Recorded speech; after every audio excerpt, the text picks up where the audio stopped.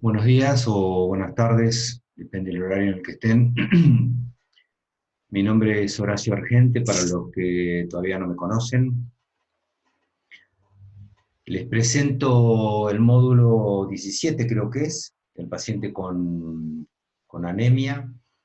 Mm, Las clases las voy a dar casi todas yo. Alguna va a dar el doctor Fata, Leonardo Fata. El tema central va a ser específicamente la anemia, o en el que más me voy a extender, pero también vamos a hablar de las poliglobulias y de la leucopenia y la leucocitosis, de los ganglios linfáticos, que son un motivo de consulta habitual, y de la esplenomegalia, y por último de los trastornos mieloproliferativos. Son todas afecciones o trastornos relacionados, de manera que la idea es que ustedes integren todos estos conocimientos. Y la manera de hacerlo es a través de los casos clínicos. Entiendo que Eva ya se los debe haber enviado. Eh, Les pido encarecidamente que miren esos casos clínicos, vean los interrogantes que están planteados en ellos, traten de ir viendo si pueden resolverlos en la manera que van viendo las distintas charlas, piensen, hablen entre ustedes, traten de razonar, porque esta es la finalidad de estos casos clínicos, que ustedes integren el conocimiento, contextualicen el conocimiento, es decir, toda la teoría la lleven a la práctica, de manera que se los pido, les diría que es el aprendizaje tal vez más importante. Todo lo que voy a decir yo está en los libros, pero el razonamiento clínico, y eso se logra a través de los casos clínicos, considero que es lo más importante de todo. Hecha esta breve presentación, vamos a empezar directamente con el enfoque general del paciente con anemia. Todo lo que tiene que ver con la fisiopatología, de la hematopoiesis y el metabolismo del hierro, eso se los dejo para la lectura y el repaso. Sé que tal vez sea necesario e importante que lo repasen. De hecho, cuando las clases eran presenciales, los mismos alumnos preparaban estas clases y eran como la introducción, un repaso fisiopatológico que era la base para comprender todo lo que viene después. Eso se los dejo a ustedes. Yo voy a entrar directamente en el enfoque general del paciente con anemia. Eh,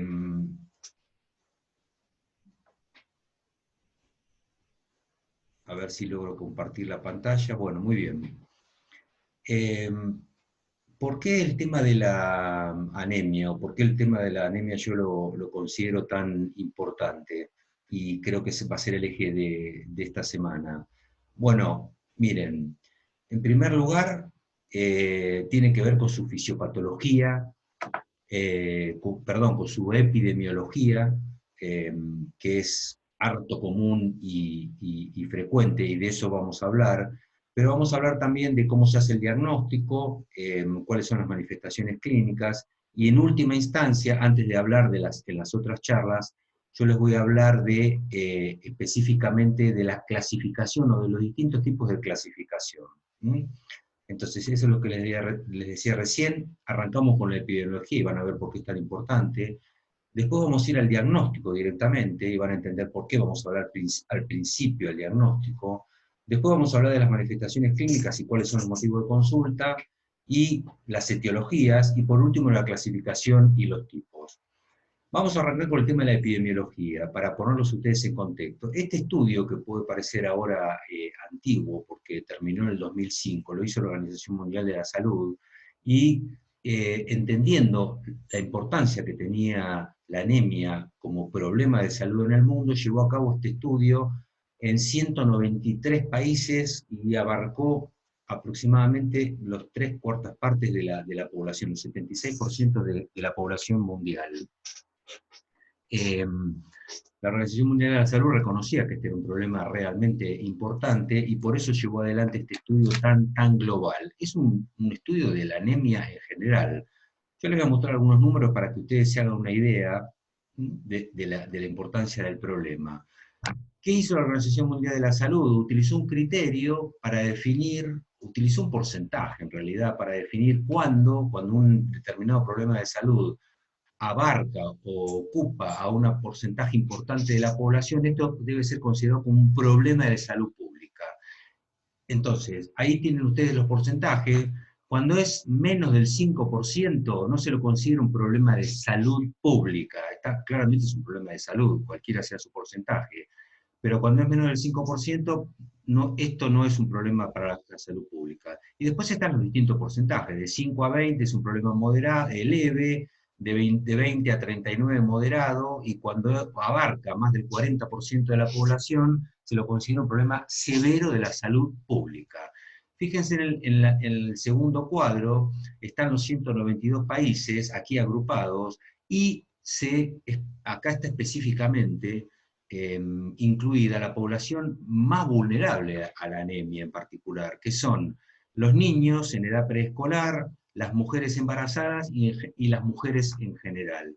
Y fíjense que en muy pocos países, prácticamente en ninguno, la anemia no es un problema de salud. Y miren los números, fíjense en la cantidad de países en los cuales la anemia es un problema severo de salud. 69 de los 192 países, 68 en las mujeres embarazadas y en las no embarazadas 54. Son números para que ustedes tengan en cuenta la importancia de este problema. Miren este número, estos números. Esta es la población global de anemia en el mundo. Y fíjense, las poblaciones nuevamente las más vulnerables. ¿Por qué las más vulnerables? Son las que la anemia realmente puede generar un daño permanente, deterioro cognitivo o imposibilidad de una buena maduración, comorbilidades en la mujer embarazada. Miren los porcentajes de todo lo que han escuchado hasta ahora. Por ciento de niños en edad preescolar con anemia, 47% es la prevalencia. Niños en edad escolar, 25, embarazadas, 41, mujeres no embarazadas, 30, los varones, fíjense, menos, los ancianos, casi un cuarto de los ancianos. Miren, población global que tiene anemia, 24,8. Quiere decir que una de cada 4 personas en el mundo tiene anemia. Cuando nos llevamos estos números de millones, miren el número que da. Brutal. ¿Qué quiere decir esto? Que esta es una cosa que ustedes van a ver, una patología que ustedes van a ver muy frecuentemente en su práctica. Miremos un poco qué pasa en el mundo, así globalmente. Miren, todo lo que no está en azul es que es un problema. Cuanto más rojo se pone, más grave es el problema. Esto es en los niños en edad preescolar, acá tienen los números, si está rojo es un problema importante. Acá tienen las mujeres embarazadas, fíjense, en todo el mundo es un problema de salud de moderado a severo, y acá tienen las mujeres no embarazadas. Fíjense para ver los colores para que ustedes se den una idea. Acá hay muchos números, la idea no es que se mareen, simplemente para que vean que la prevalencia varía según las regiones. Miren, nosotros estamos acá, en Latinoamérica y el Caribe. Latinoamérica y el Caribe hay un porcentaje, una prevalencia en los niños en edad preescolar del 40% de anemia, en las mujeres embarazadas del 31%, y en las mujeres no embarazadas del 23%. Cuando ustedes miran acá, niños en edad preescolar, dirán, bueno, estamos mejor que en África, que tiene un 64%, pero en Norteamérica tienen un 3,4%. Están los números de los que yo les estoy hablando para que ustedes tomen conciencia de la magnitud de este problema. Vamos un poco más cercano, vamos a la Argentina, anemia en general. Niños en edad preescolar, 18,1%, embarazadas 25,4%, mujeres en edad reproductiva 18%. De todas las clases que deben haber escuchado hasta ahora, no creo que ninguna enfermedad haya tenido esta prevalencia, y por eso tanto hincapié en esta afección. ¿Por qué hablamos del diagnóstico? ¿Por qué yo digo primero el diagnóstico? Porque, bueno, la anemia es básicamente una enfermedad cuyo diagnóstico es a través del laboratorio. Si bien tiene manifestaciones clínicas, la mayoría de ellas inespecíficas, ya vamos a entrar en eso en más detalle, es un diagnóstico, el de anemia, eminentemente de laboratorio. ¿Y qué parámetros tienen que saber ustedes de todos los que hay? ¿Cómo se define la anemia? Bueno, los libros dicen si estás más allá del 2 de Dios estándar, de la media. Eso es muy difícil. Hay muchos valores. Yo les sugiero que ustedes usen el valor que da la Organización Mundial de la Salud, ya vamos a volver sobre ese, que salió justamente de este estudio que tiene más de 50 años, perdón, cuando lo definió la Organización Mundial de la Salud hace 50 años, y el valor que se utiliza es la hemoglobina. Tengan ustedes en cuenta por qué se utiliza la hemoglobina. Primero porque es la que transporta el oxígeno, que es la función más importante de la sangre y del glóbulo rojo. Todos estos valores, la hemoglobina, el hematocrito y los glóbulos rojos, son todos valores relativos, ustedes lo saben muy bien, entre la cantidad que hay de eso y la cantidad que hay de plasma. El que es más fidedigno, y por esto que les acabo de decir que tiene que ver con el transporte de hemoglobina, del oxígeno, el que se utiliza es la hemoglobina. Y la Organización Mundial de la Salud ha fijado unos valores, de 13, menos de 13 en el hombre para definir anemia, menos de 12 en la mujer y menos de 11 en la embarazada. Y no se usa tanto el hematocrito porque el hematocrito y los glóbulos rojos están más relacionados también, la hemoglobina también, con el volumen total, es decir, hay una cuestión relativa. Un paciente que ha tenido una hemorragia importante, también vamos a volver sobre eso, pierde tanto sangre como glóbulos rojos, de manera que si ustedes le hacen un hematocrito, probablemente el hematocrito dé normal en las primeras horas, aunque el paciente esté anémico. Pasaría lo mismo en un paciente que está deshidratado, tiene menos plasma y está anémico. Sin embargo, si tiene menos plasma, la anemia no va a aparecer, el hematocrito no va a cambiar hasta que el paciente no se lo hidrate correctamente y vuelva a los valores reales, y ahí va a aparecer la anemia. El otro valor que es importante es el volumen corpuscular medio, que es el tamaño medio, como su nombre lo dice, de los glóbulos rojos, que se miden en femtolitros, y sirva para la clasificación morfológica que les voy a mencionar ahora. Entonces, reitero y sintetizo, el diagnóstico de anemia se hace a través fundamentalmente de la hemoglobina, del valor de hemoglobina. Si bien los valores varían según distintas fuentes, ese es el más importante. Y la clasificación morfológica de todos los tipos de anemia que hay se hace a través del volumen corpuscular medio, que es uno de los índices hematimétricos. Está la hemoglobina corpuscular media y la concentración de hemoglobina corpuscular media. En la práctica no sirven para nada, de manera que pueden olvidárselos alegremente que no va a pasar nada. El cálculo del volumen corpuscular medio, hay una fórmula para hacerlo, es muy fácil y ustedes lo pueden calcular. La mayor parte de los estudios hemogramas que se piden hoy en día, todos estos valores que están puestos acá aparecen en el hemograma. Bien informado el volumen corpuscular medio, pero si así no fuera, ustedes pueden calcular fácilmente dividiendo el hematocrito sobre las dos primeras cifras del recuento globular y multiplicando por 100. Esto es muy fácil. Les pongo un ejemplo para que no se lo olvide más. Si un paciente tiene 40 de hematocrito y 4 millones de glóbulos rojos, hacen 40 dividido 40, da 1, por 100 da 100. Tiene un volumen corpuscular medio de 100. Eso lo pondría en el límite superior. ¿Para qué sirve el volumen corpuscular medio? Para definir las anemias o clasificar las anemias en cuanto a su morfología y el tamaño de los glóbulos rojos. Ahora voy a hablar de eso.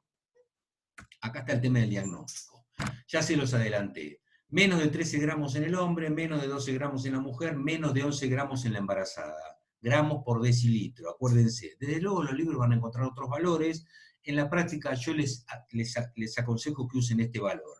Como ya dijimos antes, que este es un valor relativo y que además está influido por un montón de cuestiones, por la edad, por el género, por la altitud a la que vive la persona, muchas veces no solamente se tiene en cuenta el valor absoluto, sino si hay una caída con respecto a los valores previos que tenía ese paciente. Es decir, un paciente puede tener anemia por haber perdido glóbulos rojos o por la causa que sea, simplemente si tuvo una caída, aunque todavía esté dentro de los valores normales. ¿Cuáles son las manifestaciones clínicas de la anemia? Son muy inespecíficas y dependen fundamentalmente de esto que ya les dije antes, que es la reducción de la capacidad transportadora de oxígeno de la sangre. ¿Por qué son muy variables? Por estas cuestiones que les voy a poner acá. En primer lugar, dependerá de cuánto sangre perdió la persona, cuántos glóbulos rojos perdió, y eso hará que sea más o menos sintomática. Más importante que eso es la velocidad con la que se instalan los puntos anteriores, fundamentalmente la magnitud del cambio. Introduzco acá un concepto importante. Si una anemia es crónica, probablemente sea muy bien tolerada y prácticamente asintomática. En cambio, si una anemia es aguda y muy importante, probablemente los síntomas que genere sean no tanto por la disminución de la capacidad transportadora de oxígeno, sino por pérdida de volumen. Entonces el paciente esté taquicárdico, hipotenso, y eso tendrá que ver por la pérdida de volumen. ¿De qué va a depender también que el paciente tenga anemia? Tenga síntomas de manifestaciones asociadas con lo que produjo la anemia. Acuérdense que la anemia no es, siempre es patológica y no es un trastorno per se, siempre depende de algo. Es decir, si vos tenés anemia, tenés alguna otra cosa. ¿La anemia es normal? No, no es normal, es patológica. Y siempre responde a un mecanismo fisiopatogénico subyacente. Y ese puede dar manifestaciones clínicas. Y en última instancia también dependerá que el paciente tenga más o menos síntomas de acuerdo a la capacidad del sistema cardiopulmonar para compensar esta pérdida de la capacidad transportadora de oxígeno de la sangre. Muy bien. ¿Qué pasa con las etiologías? Ya sabemos ahora que la epidemiología es muy importante, sabemos cómo se hace el diagnóstico a través del hemograma y fundamentalmente del valor de la hemoglobina y del volumen corpuscular medio. Vamos ahora a la clasificación. Hay dos tipos de clasificaciones. Uno que se llama la clasificación cinética, que ustedes la van a ver cuando repasen la cinética del glóbulo rojo o la hematopoiesis. Y de acuerdo a esta clasificación cinética, que sirve a los fines recordatorios, a la anemia se la puede clasificar en tres grandes grupos. Y esto es muy fácil. O porque se producen menos glóbulos rojos, o porque se destruyen los glóbulos rojos, o porque se pierden los glóbulos rojos. Entonces, así que cuando ustedes le pregunten causa de anemia, y piensen en estas tres cosas, y de ahí va a surgir rápidamente las causas. ¿Cuáles son las etiologías de disminución de producción medular del glóbulo rojo? Bueno, aquí están las más importantes, y aquí está la más importante de todas, que es la anemia por déficit de hierro. La anemia por déficit de hierro, como bien demostró el estudio de la Organización Mundial de la Salud, ocupa el 50% de las anemias, es decir, de cada 100 pacientes que te vean ustedes con anemia, la mitad va a ser por pérdida de hierro. Así que cuando les pregunten causas de anemia, digan déficit de hierro. Luego vienen las enfermedades crónicas. Está la anemia de los trastornos crónicos, que de manera característica aparecen casi todas las afecciones crónicas, neoplásicas, infecciosas, inmunológicas, todas las que están acá. Después están incluidos aquí los trastornos de la maduración, ya son cosas un poco más raras, por déficit de vitamina B12 y ácido fólico. Luego viene la aplasia medular, que es una enfermedad mucho más rara, pero gravísima, una urgencia hematológica. Las mielodisplasias, las infiltraciones de la médula, esto se llama mielotisis. Mielotisis es la tuberculosis. En alguna época la tuberculosis evidentemente era una causa muy importante de anemia o de aplasia medular, y así es como las anemias por infiltración y ocupación medular se llaman anemias mielotísicas. Y ahí entran hoy en día, más que la tuberculosis, que sigue existiendo, pero no tan común, la mielotisis, las leucemias, los linfomas, el mieloma, carcinoma, granuloma. Y está también un gran capítulo que es el déficit de eritropoyetina, que es la causa primordial de la anemia de la insuficiencia renal, tanto aguda como crónica. ¿Cuál dijimos que era el segundo grupo de las etiologías? El aumento de la destrucción de los glóbulos rojos. Son las anemias hemolíticas. Las anemias hemolíticas, señores, son raras. Rara vez van a ver una anemia hemolítica. Las causas pueden ser extracorpusculares o intracorpusculares. Las hemólisis pueden ser agudas o crónicas. Hay algunas anemias hemolíticas crónicas que son comunes. Vamos a hablar de ellas. Más que la anemia hemolítica, lo que es común es la hemólisis crónica y no la anemia hemolítica. Las anemias hemolíticas, insisto, son raras. Ustedes tienen que saber reconocer, saber que existen, pero no pierdan tiempo estudiándose de memoria las causas de las anemias hemolíticas, porque así como lo aprendan, al día siguiente se lo van a olvidar. Por último está las pérdidas hemáticas. Las pérdidas hemáticas. En los países desarrollados, la causa más común de anemia es la pérdida de sangre. La pérdida de sangre, se los dije antes, se manifiesta de dos maneras. Cuando es aguda, por pérdida de volumen, no tanto por anemia. El paciente perdió 1 litro de sangre, no va a estar anémico en ese momento. De hecho, un hematocrito va a dar normal, se lo dije recién. Lo que va a tener el paciente seguramente es déficit de volumen, va a estar hipotenso, va a tener hipotensión ortostática, taquicardia y demás. En cambio, las hemorragias crónicas sí son una causa de anemia. ¿Y qué tipo de anemia van a producir? Desde luego una anemia ferropénica. Muy bien. Esta que dijimos es la clasificación cinética, que sirve para recordar y ordenarse las causas de anemia. Desde el punto de vista clínico, y partiendo de la base de que uno el diagnóstico de anemia casi siempre lo hace por el laboratorio, nosotros utilizamos más la clasificación cinética, ¿está? Entonces, esperen un poquito. Vamos, sí, la clasificación cinética se las voy a decir después. Vamos a la orientación diagnóstica. Un poco ya lo he dicho todo. ¿En qué se basa que uno, teniendo en mente la clasificación cinética, establezca cuál es la causa probable de la anemia en un paciente? Bueno, miren, habrá que ver, tener en cuenta la alimentación, desde luego si perdió sangre, si tiene síntomas gastrointestinales, si tiene pérdida de peso, que eso puede hacer pensar en una enfermedad subyacente. Les dije antes que la anemia da pocos síntomas específicos, pero en algunos casos pueden aparecer. En el examen físico también lo dije, no hay datos característicos de la anemia, no hay datos característicos en el examen físico, solo algunas cuestiones que producen algunas anemias en particular, que pueden orientar que esa pueda ser la causa, como son los trastornos neurológicos.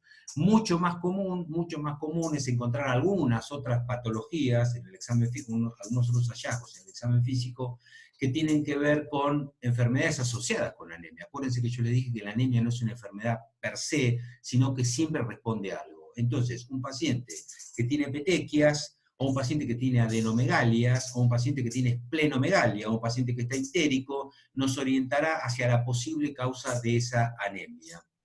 Lo mismo si tiene trastornos neurológicos.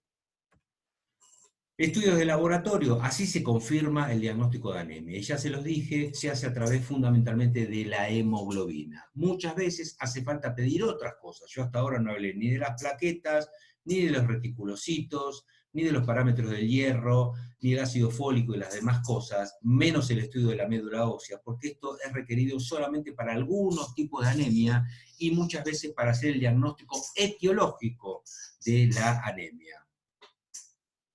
Entonces, teniendo en cuenta todo lo que yo dije hasta ahora, que la anemia da pocos síntomas específicos y que en general su confirmación es a través del laboratorio, a nosotros los médicos nos ayuda mucho tener en mente la clasificación morfológica que surge del volumen por popular medio del que ya les hablé. Y esto tiene que ver con el tamaño medio de los glóbulos rojos. Si es de menos de 80 femtolitros o micrones cúbicos, se dice que la anemia es microcítica. Si tiene entre 80 y 100 es normocítica, y si tiene mayor de 100 es macrocítica. Esto es el volumen corpuscular medio. Van a ver que a veces se habla de que las anemias son normocrómicas, hipocrómicas o hipercrómicas. En la práctica, el valor de utilidad es este, aunque muchas veces, insisto, la anemia, por ejemplo, la anemia microcítica, típica de la ferropénica, además de ser microcítica, glóbulos rojos pequeños, es también hipocrómica, es decir, glóbulos rojos con poco color. De las anemias microcíticas, la más común de todas es la anemia ferropénica. Quiere decir que cuando ustedes vean una anemia microcítica, casi seguro que es una anemia ferropénica. Sin embargo, hay otras afecciones que pueden producir anemias microcíticas. Una que es común, y la vamos a mencionar cuando hablemos de las anemias microcíticas, es la talasemia. Básicamente el rasgo talasémico. La talasemia mayor es una enfermedad de los niños, grave, casi siempre mortal, de manera que en la práctica nosotros los adultos, en la clínica, lo que vemos es el rasgo talasémico, y esto es bastante común. Aquí aparece otra anemia que a veces puede ser microcítica, que es la anemia de los trastornos crónicos. Sin embargo, la vamos a tratar con las anemias normocíticas, porque la mayor parte de las veces la anemia de los trastornos crónicos, harto común, la segunda en frecuencia después de la anemia ferropénica, a veces es microcítica. Después está la anemia sideroblástica, que es una anemia rarísima, de la que directamente no vamos a hablar.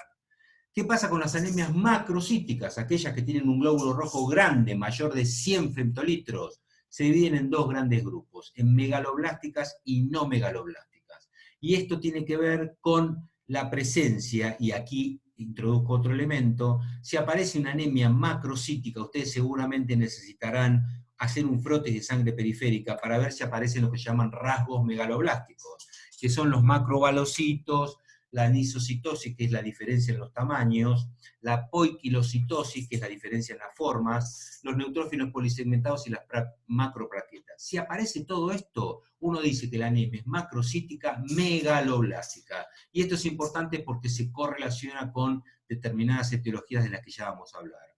perdón, si el paciente no tiene el rasgo megaloblástico, se dice que tiene una anemia macrocítica no megaloblástica. ¿Y cuáles son las causas? Bueno, hay varias causas, pero para sintetizar les diría que son más comunes las anemias macrocíticas no megaloblásticas, miren, ahí entra el alcoholismo y las hepatopatías crónicas, para que se den una idea, que las anemias macrocíticas megaloblásticas. Las anemias normocíticas son las más complicadas. ¿Por qué son las más complicadas? Porque dependen de un montón de factores, se asocian con un montón de enfermedades. En la práctica, a nosotros también nos sirve agruparlas en dos grandes grupos. Y esto tiene que ver con si el mecanismo fisiopatogénico es la disminución de la producción o el aumento de la destrucción o pérdida. Fíjense que se empiezan a mezclar las clasificaciones que yo les dije antes, la cinética con la morfológica. En la práctica para nosotros es útil, y van a ver, ustedes van a escuchar hablar que se habla de anemias hipo o regenerativas, en las que hay disminución de la producción, y ya podrán entender ahí que el problema seguramente está en la médula. En cambio, si la anemia es regenerativa, entenderán ustedes que el problema no está en la médula, sino que el problema es que el paciente o está perdiendo o se le están destruyendo los glóbulos rojos. ¿Qué marca la distinción entre estas anemias normocíticas, que en general son normocrómicas? Para diferenciar cómo sabe uno si es hipo o regenerativa o regenerativa. Utiliza otro criterio que son los reticulocitos. Que no se los mencioné antes en el hemograma. ¿Por qué? Porque los reticulocitos no vienen informados en el hemograma. Hay que pedirlos por aparte y se piden cuando uno encuentra una anemia normocítica normocrómica para establecer esta diferenciación.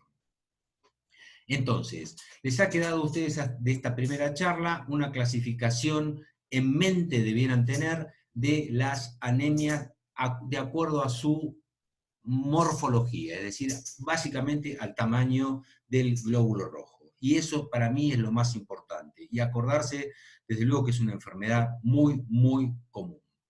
Vamos a hacer una breve síntesis. Una de las patologías más frecuentes en la práctica clínica, acuérdense, siempre es patológica. Muchas de las anemias pueden ser manejadas por el médico clínico, solo algunas requieren de la intervención del hematólogo, desde luego, muy importante, pero gran parte de las anemias pueden ser manejadas por el médico clínico. Acuérdense esto de que es patológica, que no es una enfermedad y que siempre es secundaria a alguna otra cosa, y esa cosa hay que ir a buscar. Acuérdense también, y es fundamental, que no constituye, que las manifestaciones clínicas son muy variadas y que de hecho pueden no dar ningún síntoma y puede ser un hallazgo del laboratorio. Y que siempre cuando se diagnostica hay que determinar el mecanismo fisiopatogénico, porque dependerá de ello el tratamiento específico de este tipo de anemia. Bueno, hicimos una primera presentación. En las clases sucesivas les voy a ir hablando de los distintos tipos de anemia y su enfoque en particular. Perfecto, terminamos por esta primera charla. Gracias a todos.